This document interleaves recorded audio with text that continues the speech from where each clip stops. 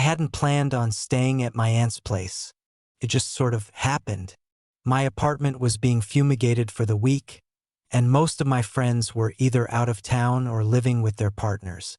When I mentioned it casually to my mom on the phone, she told me Michelle, her best friend since high school, who I'd always called Aunt Michelle, had a guest room I could crash in.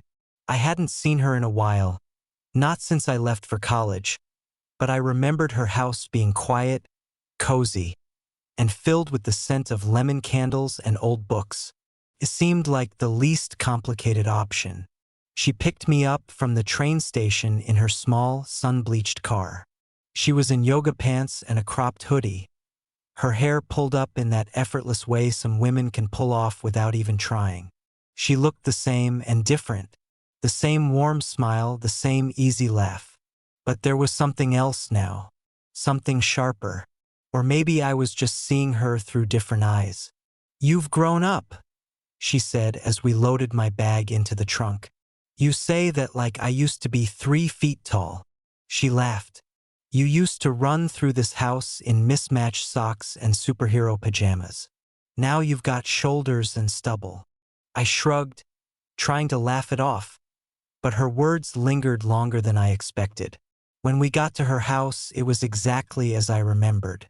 The same creaky wooden floors, the same hanging plants in the kitchen window, the same shelf filled with vinyl records and Polaroid pictures.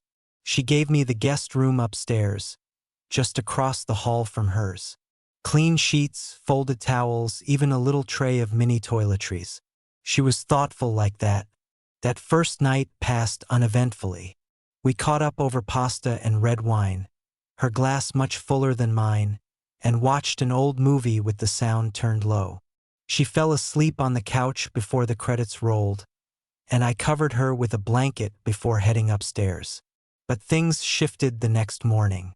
It started with a dream. I don't remember all of it, just fragments. The feeling of soft skin under my hand, the smell of vanilla and citrus, the weight of a body close to mine. Her voice, whispering something low and warm and completely inappropriate.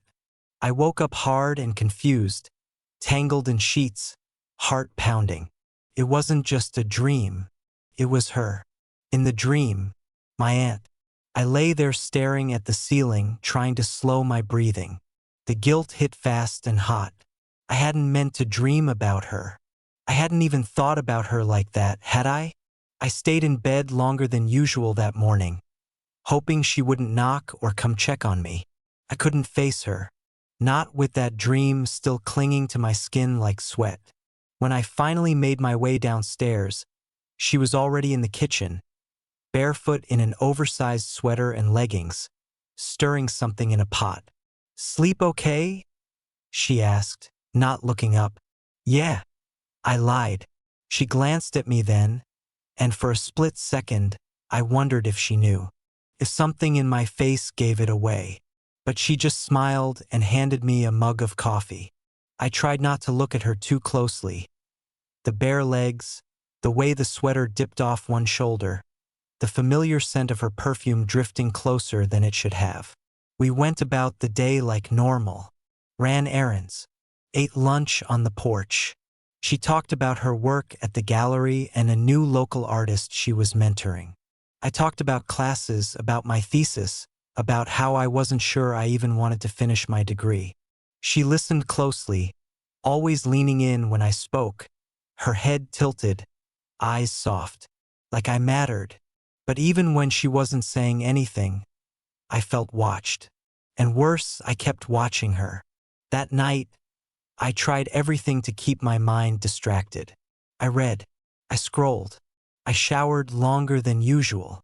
But the moment my head hit the pillow, the memory of the dream returned. Stronger this time, clearer. Her voice whispering my name, but not like family. Like something else entirely. Like a secret. I didn't sleep much. And when I did, I dreamed of her again. The second morning started with the same kind of silence that feels like it's pressing against your ears. No birds. No sounds from the street. Just that in-between stillness that makes you question if you're even awake. Except I was. And I wasn't alone. I felt it before I saw it. The slight dip in the mattress near my legs, the warmth of someone close, the scent of citrus and clean skin lingering in the air.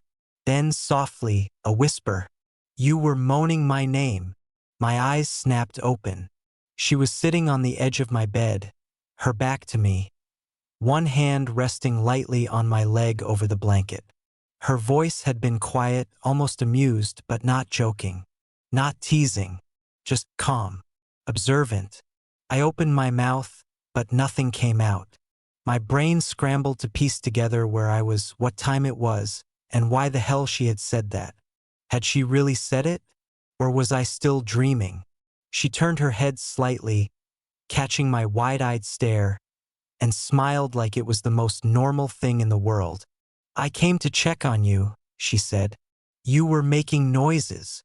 I sat up slowly, blanket pulled instinctively to my waist. Noises? She nodded. Sounded like whimpering, maybe, breathing heavy. And then she let the sentence trail off. My face flushed. I felt it hot and immediate. I didn't mean to, I said quickly. I don't remember. She raised an eyebrow. You don't remember what exactly? I stared at her, at the soft line of her jaw, the way the morning light caught the edge of her cheekbone, the curve of her lips. It was like she already knew. I guess I had a dream, I muttered, voice rough. A weird one. She tilted her head. Was I in it? I froze. She smiled again, but it wasn't coy. It wasn't innocent. It was the kind of smile someone gives when they already know the answer. I looked away, suddenly fascinated by the pattern of the comforter. I'm sorry, I said. For what? She asked. I didn't know how to answer. She stood up slowly, stretching slightly, and moved toward the window. She wore a long shirt, thin cotton that hugged in all the wrong places, and nothing else I could see. The light poured around her silhouette like a halo, though the moment felt anything but holy. You don't need to apologize, she said. Dreams don't lie, you know. I blinked. What does that mean?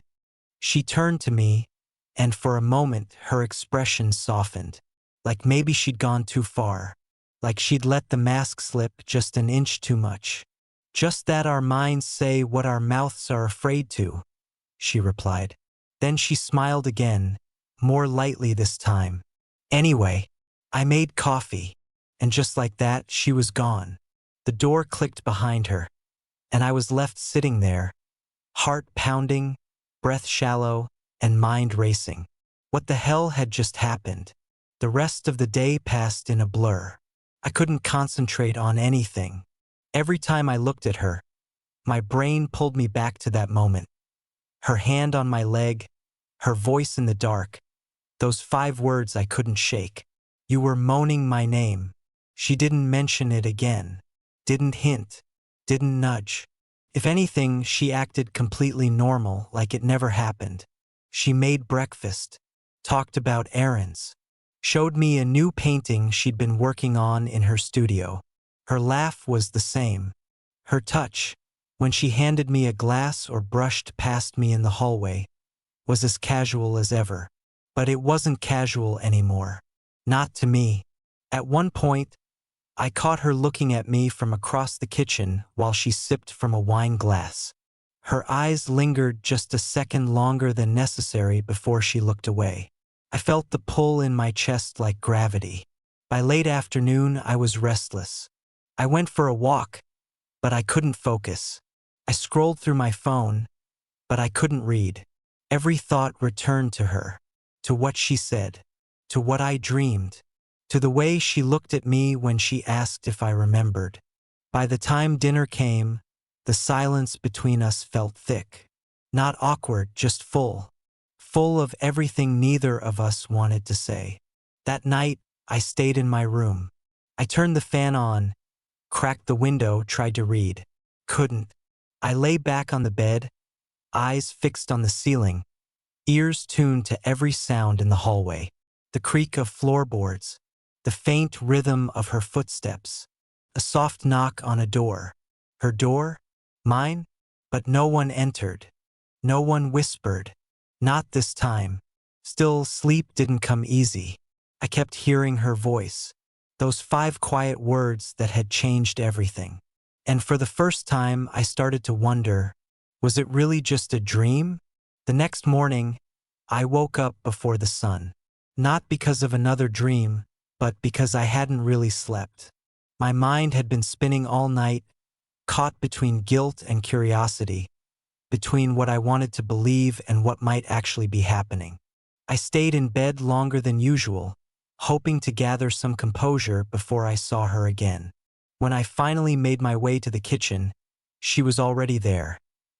Leaning over the sink, pouring water into the kettle, her robe tied loose around her waist. "Morning," she said without turning. "Hey!" I reached for a mug and filled it with coffee from the pot she'd already made. The silence between us wasn't heavy, but it wasn't light either. It was thick with everything unsaid. She turned around, holding her own mug in both hands. "Sleep better." I paused. "Not really." She nodded slowly, as if she expected that answer. Her gaze flicked up to mine, and for a moment, she didn't look away. "Still thinking about the dream?" I froze. She smiled faintly. "Or was there another one?" I set my mug down a little harder than I meant to. "Michelle, what are you doing?" Her eyes narrowed just a little. "What do you mean?" "You said something yesterday, something I can't stop thinking about. Then you act like nothing happened. I don't know what you want from me." She studied me for a moment, then walked past and sat at the small table near the window. Her bare legs crossed slowly beneath her, the hem of her robe shifting as she moved. "I don't want anything from you," she said, "but I'm not going to lie about what I notice." I stayed standing, not trusting myself to sit that close to her. "You think this is funny?" I asked. She looked surprised. "No. God, no. But maybe you think it is. Or maybe you're just scared to admit it wasn't a joke for you either." I swallowed hard. Her words landed deeper than they should have. "I didn't plan any of this," I muttered. "Neither did I." She set her mug down gently, then leaned forward, elbows on the table. "But you've changed. And I see the way you look at me." My chest tightened. "You're my aunt." She tilted her head. "Not by blood. And we both know that's not what you're struggling with." The room felt suddenly too warm, too close. "I don't know what you want me to say." She sat back, eyes still locked on mine. "Maybe nothing. Maybe everything." I didn't respond. Couldn't. So I left the room. The rest of the day was a haze. I avoided her without meaning to. I stayed in the guest room, pretending to read, but I didn't absorb a single word. Every time I heard her footsteps in the hall, my pulse jumped. I wasn't sure if I wanted her to knock or stay away. By late evening, I was pacing. I hadn't eaten dinner. I hadn't spoken to her since that morning. I kept replaying our conversation, the way she'd said, "Maybe everything," like she was daring me to cross a line I didn't even know how to approach. Then came the knock. Soft, hesitant. I opened the door slowly. She stood there holding a small bowl of pasta and a folded napkin. "You missed dinner," she said simply. I stepped aside. She walked in and placed the bowl on my desk, then turned to me. "We don't have to talk. I just didn't want you to go to bed hungry." I nodded, unsure what to do with my hands, but she didn't leave. Instead, she sat at the edge of my bed, just like she had that morning. Same spot, same curve in her posture. Only now the air felt different. Not playful, not teasing, just quiet. I sat in the desk chair, facing her. The bowl sat untouched between us. She looked at her hands, then up at me. Do you want to talk about it? What? This thing between us. Whatever it is. I hesitated. Then, did you really hear me? She smiled, small and soft. Yes. And you knew it was your name? She nodded. Why didn't you say anything more? She looked down at her hands again. Because I didn't want to embarrass you. But then, I saw your face. What about it? I recognized it. Because it matched mine. I didn't breathe for a second. Then I stood slowly, walked past her, and closed the door. She turned to look at me, but didn't move. I don't know what to do with this, I admitted. I don't know what it means. I don't even know if it's real. It's real, she said. I sat down beside her on the bed, close but not touching. The mattress dipped slightly under our weight. She turned toward me, her expression unreadable. I felt it for a while now, but I didn't let myself name it. Not until yesterday. And now, she said softly, I'm afraid to. We sat like that for a while, neither speaking, neither moving. The soft hum of the house around us. The wind pressing lightly against the window. The steady drum of my heartbeat in my ears. Then she reached out and placed her hand near mine. Not touching, just near.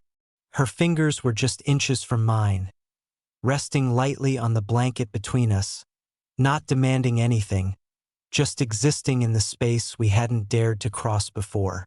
I stared at her hand for a moment, then slowly turned my own palm up beside it. Not touching, just open, just present. She glanced down at the subtle gesture and smiled, almost imperceptibly. You don't have to be afraid of me, I said quietly. I'm not afraid of you, she whispered. I'm afraid of what this means. I nodded. I understood, because I was afraid too. She pulled her knees up onto the bed, turning her whole body toward me now. Do you remember being little? How you used to follow me around like a shadow? I laughed gently. I was obsessed with your record player. You were obsessed with everything I did, she said with a soft grin. I used to think it was just cute. You'd sit on the stairs and watch me paint or cook. Never said much, but you always watched. I still do. That made her pause. Her expression changed, not into surprise, but into something deeper. Something that settled into the lines of her face like it had been waiting there all along. I've tried to ignore it, she said, to push it away, because it felt wrong, or it should have. And now, she shook her head slowly. Now it just feels inevitable. A silence stretched between us again. But this one wasn't empty. It was full of the choices we hadn't yet made. The ones we were now standing on the edge of. I don't know how we got here, I admitted. You grew up, she said simply. And I started seeing it. Was it that obvious? Not at first, she said. But then, you walked into the kitchen one morning half asleep, scratching your head, wearing that wrinkled t-shirt, and I looked at you and thought, when did he stop being a boy? I looked at her, really looked. I felt it too. She didn't ask what. She just nodded, her breath catching slightly. And when I had that dream, I added, it wasn't just random. I think it was everything I've been pushing down finally breaking through. I figured, she whispered. I turned slightly, closing the space between our hands. My pinky brushed hers, and she didn't pull away. I'm not trying to rush this, I said. I need you to know it wasn't nothing. Her voice came softer than I'd ever heard it. I know. She shifted closer, just slightly, and let her head rest gently against my shoulder. The weight of it was light, but it anchored something in me. Something real. I haven't felt this close to someone in a long time, she admitted. I swallowed the knot in my throat. Neither have I. Outside, a car passed. Somewhere in the hallway, the air conditioning clicked on. The world moved forward like nothing had changed. But for us, everything had. She lifted her head just enough to look at me. We don't have to name this. Not yet. Okay. But if we're going to cross that line, she added, it has to be because we both understand what it means, what we're risking. I do, I said. I believe you. She reached for my hand now, fully, deliberately, and laced her fingers with mine. The contact was electric and grounding all at once, like flipping a switch and coming home in the same moment. She leaned her forehead against mine, her breath warm, her voice barely audible. This doesn't feel like a mistake, she whispered. Because it's not. Her lips parted, like she was about to say something more, but she didn't. She just sat there with me in the quiet, our hands together, our thoughts entwined. Neither of us made another move that night. There was no rush, no pressure, just the sense that something had shifted permanently, and we weren't going back. When she finally stood, she didn't let go of my hand right away. Get some sleep, she said, brushing her thumb over mine. I'll see you in the morning. Will you wake me up again? She smiled, that same knowing smile that started all of this. Only if you call for me. And with that, she turned and walked out, leaving the door open just a few inches behind her. I sat there in the dim light, hand still tingling where hers had been, and realized I hadn't been dreaming at all. Not this time.